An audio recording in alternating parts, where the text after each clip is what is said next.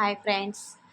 ఈరోజు అయితే ఇంటి దగ్గర ఉన్నా, ఎందుకంటే ఎక్కడ ఏమీ పనికి వెళ్ళలేదు. ఈరోజు మాత్రం పిల్లలు ఒకటే బుక్స్ ఇప్పిస్తురా, బుక్స్ ఇప్పిద్దురా మమ్మీ డాడీ అని అంటారు. నేను మా సార్ అయితే స్కూల్కి వెళ్ళాం, చిన్న బాబుని తీసుకొని బుక్స్లు అయితే ఇప్పించినాం. సార్ కాడికి పోయి పిల్లలకి వాళ్ళు బుక్స్ ఇప్పించినాక ఎంత సంతోషపడుతున్నారు. మేమైనా చదువుకోలేదు కదా, పిల్లలనైనా చదివించాలని మా మనస్ఫూర్తిగా మేము కోరుకున్నాం.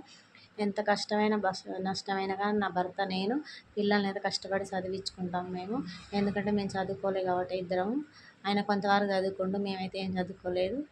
అందుకే ఇక ఇంటి దగ్గర ఉన్నాం. పిల్లలకి అడిగి బుక్స్లు ఇప్పించొచ్చిన ఒక ఆడ డబ్బులు అడిగి తీసుకొని పోయి ఒక నెల రోజులకి ఇస్తామని.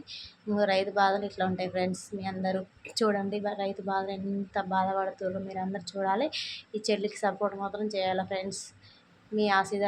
మీది ఆశీర్వాదం ఉంటే మాకు ఎంతో మంచిది ఫ్రెండ్స్. మనస్ఫూర్తిగా కోరుకుంటున్నాను. ఈ చెల్లని చాలామంది సపోర్ట్ చేయాలని, చెల్లని ఇంకా ముందు తీసుకువెళ్ళాలని మనస్ఫూర్తిగా కోరుకుంటున్నాను నేనైతే.